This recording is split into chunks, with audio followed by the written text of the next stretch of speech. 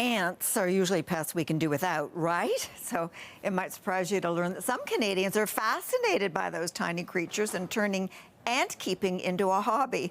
CTV's Kathy Lee spoke to some ant keeping enthusiasts about why this is happening. Kathy?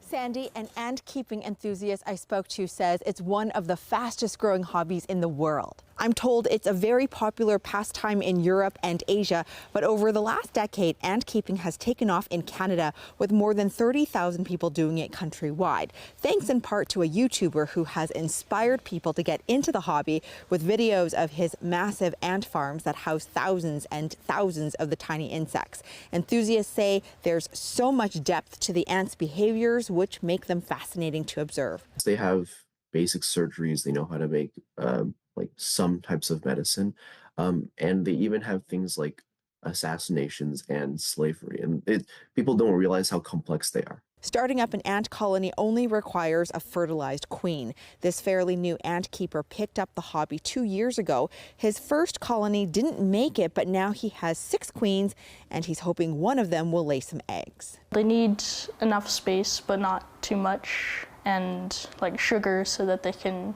stay energized, and protein to feed the babies, like the larvae. It's fun to look at their interactions and how their society works. Like each of them have their own goal that they're trying to accomplish.